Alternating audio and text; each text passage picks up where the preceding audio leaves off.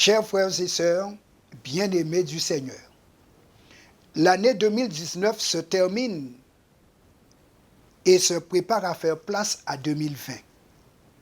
Nous rendons grâce à Dieu pour la protection et les bénédictions dont nous avons été l'objet de sa part.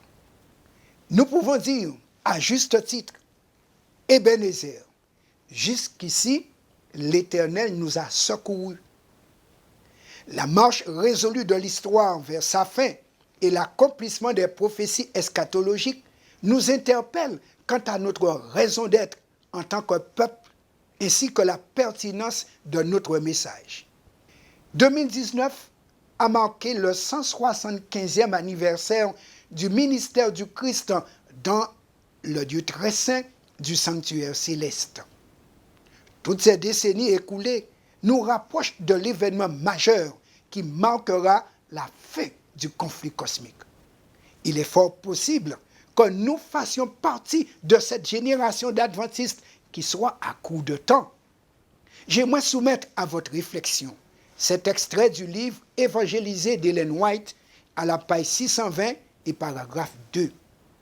Si au lendemain de la grande déconvenue de 1844, les adventistes étaient restés fermes dans la foi, et s'ils s'étaient saisis, la main dans la main, des occasions que leur offrait la providence, en acceptant le message du troisième ange et en le proclamant au monde par la puissance du Saint-Esprit, ils auraient vu le salut de Dieu. Le Seigneur les aurait puissamment soutenus dans leurs efforts. L'œuvre aurait été achevée et le Christ serait revenu pour offrir à son peuple sa récompense.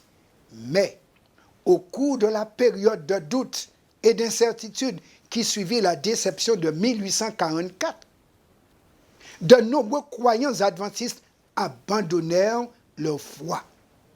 Ainsi, l'œuvre fut retardée et l'humanité fut laissée dans les ténèbres. Si tout le mouvement adventiste s'était uni autour des commandements de Dieu et de la foi de Jésus, notre histoire eût suivi un tout autre cours. Dieu ne voulait pas que la venue du Christ soit ainsi différée. De même, il n'entrait pas dans ses plans que le peuple d'Israël ait 40 années dans le désert. Près de 2 siècles se sont écoulés et nous sommes encore là dans cette attente. Dans Marc chapitre 14, verset 38, Jésus nous invite en ces termes: « Veillez et priez de peur que vous n'entriez en tentation. » Madame White surenchérit en disant: « Veillez pour ne pas laisser l'ennemi s'approcher comme un voleur.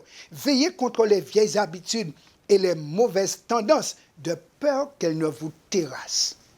Repoussez-les et veillez.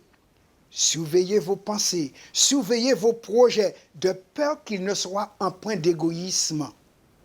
Ayez soin des âmes que Jésus a rachetées avec son sang.